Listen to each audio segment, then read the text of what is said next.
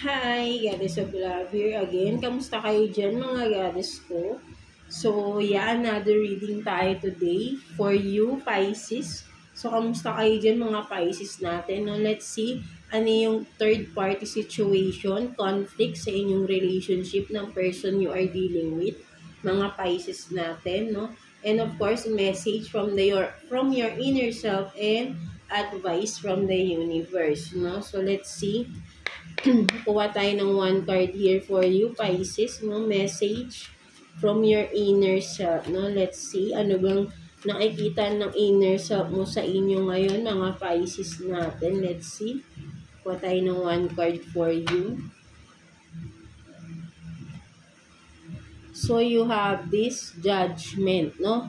So, sinasabi ng inner self mo dito, Pisces, magising ka na daw, no? Magising ka na sa katotohanan, no? Something like that, na parang hindi kung ano yung nakikita mo, hindi yun yung kung sabi natin ano yung nasa harapan mo, hindi yun yung totoo, no? Parang alam mo na rin yun dapat, pero kailangan mo pa rin magising, no? Magising ka sa katotohanan, sa ilusyon na tinatatak mo sa isip mo, no, mga Pisces. Ayun yung nakikita ko rito, no? Kasi kung makikita mo, di ba, binating medyo chubby tong girl dito. Pero pag tinitignan niya yung sarili niya as sexy, nag-i-illusion siya, no? So, ayun yung nakikita ko rito, no? So, sinasabi ng inner self mo dito, Pisces, no? Magising ka na sa illusion mo, no? Something like that, no? So, ayun yung nakikita ko dyan, no? So, let's see. Kuha tayo dito ng 4 cards for you sa situation ninyo ng iyong person right now, no, mga Pisces natin. Let's see. Kuha tayo ng 4 cards for you.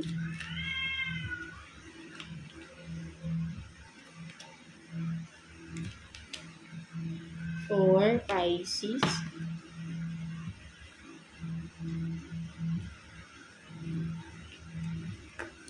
So, you have this 8 of Wands, no? 8 of Wands, Strength, Ace of Pentacles in reverse, and then the Sun, no? So, Pisces, ang nakikita ko rito, no? Sabihin natin na may malakas na attraction, no? May malakas na attraction dito sa nakikita ko rito, no? Hindi ko lang alam kung yung person mo ba malakas ang attraction sa'yo or malakas may na-attract siya sa iba, no? Something like that, no? So, ayun nakikita ko rito, no? Kung may ibang person, no, nakikita ko rito kasi puro babae. Siguro, alam mo, ang mas nararamdaman ko dito, Pisces, no? This person is womanizer, no? Parang babaero ba tong person, no? Kasi puro babae, no?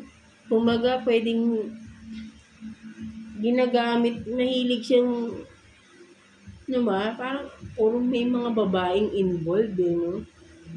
Na-involve siya sa maraming babae, no? Itong person na to, no? Mga Pisces, no? Mas yun ang nakikita ko rito, no? Ginagamitan niya ng charisma niya, no? So, kung siguro yung person mo, kung maganda or gwapo, no? At maraming na-attract sa kanya, no? Maraming na-attract sa kanya. So, yun ang nakikita ko dito, no? At ginagamit niya naman yun para rin makuha yung mga gusto niya, no? Something like that, no? So, yung nakikita ko dyan. So, let's see. Kuha tayo dito ng additional cards for you, Pisces. Kuha tayo dito ng 3 cards for you, Pisces. Let's see. No? Kaya siguro yung may illusion no? Sinasabi sa'yo ng inner self mo, tama na yung illusion mo na ikaw lang yung gusto, no? Something, maraming gusto yung person mo, Pisces, no? So, ayun yung nakikita ko rito. Multiple person. Or yan, ang involved sa relationship ninyo. Hindi lang ikaw. No? So, let's see. Kuha pa tayo ng 3 cards for you, Pisces.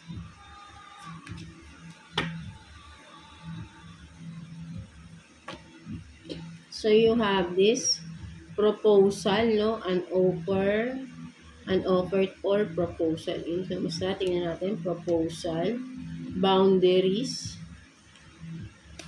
and then voids, no? So, avoid rushing to full voids, no? So, ang nakikita ko rito, no? Nilalabam ka ng person na ito, no? Mga Pisces natin, no? Inuuto-uto ka pa niya, no? Pero kailangan mo na mag-set ng boundaries sa tao na to, mga Pisces. Kailangan mo na siyang iwasan because hindi lang ikaw yung involved sa buhay niya, marami kayo, no? Ayun yung nakikita ko rito, no? Marami siyang pinapangakuan, hindi lang ikaw, Pisces, no? Ayun ang nakikita ko rito. You need to set boundaries, no? To this person, no? I-avoid mo na hanggat maaga pa, Pisces. Huwag kang umasa na mahal ka rin ng tao na to, no? Huwag kang mag-ilusyon, no? Magising ka na, no? Sinasabi nga ng inner self mo.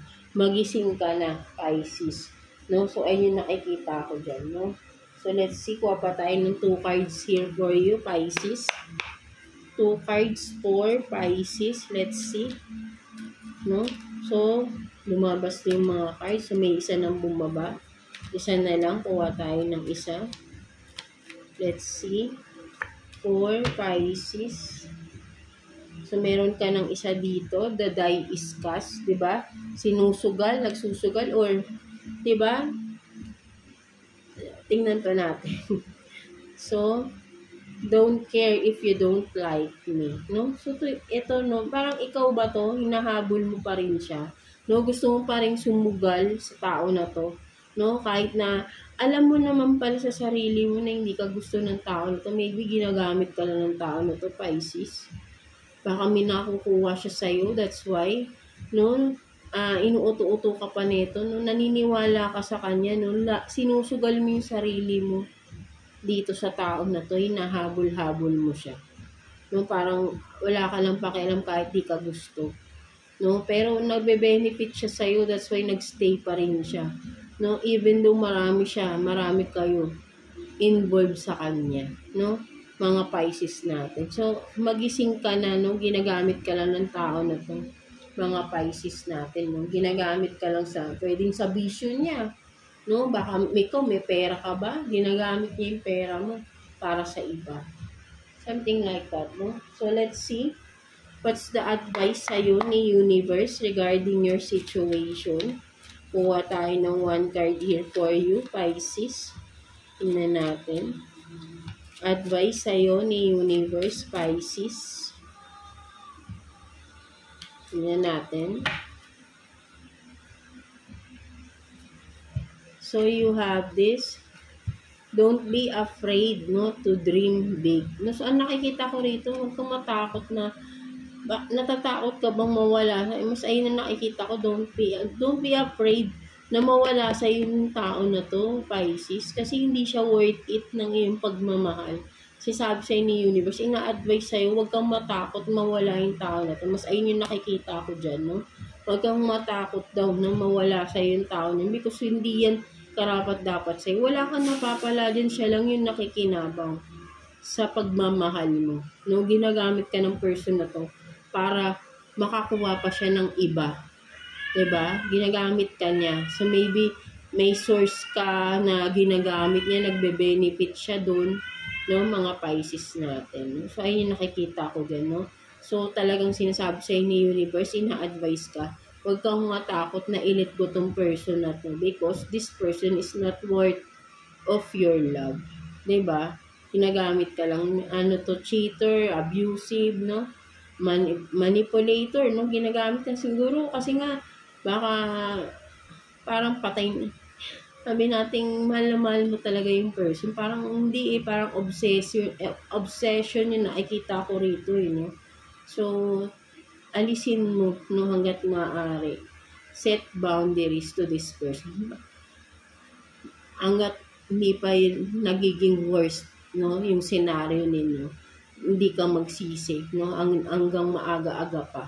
No, mga Pisces natin, no? So, yeah, That's it for you mga Pisces. No? So I hope naka-resonate ka sa reading mo today, Pisces. So yeah, God bless you all and thank you for watching, Pisces.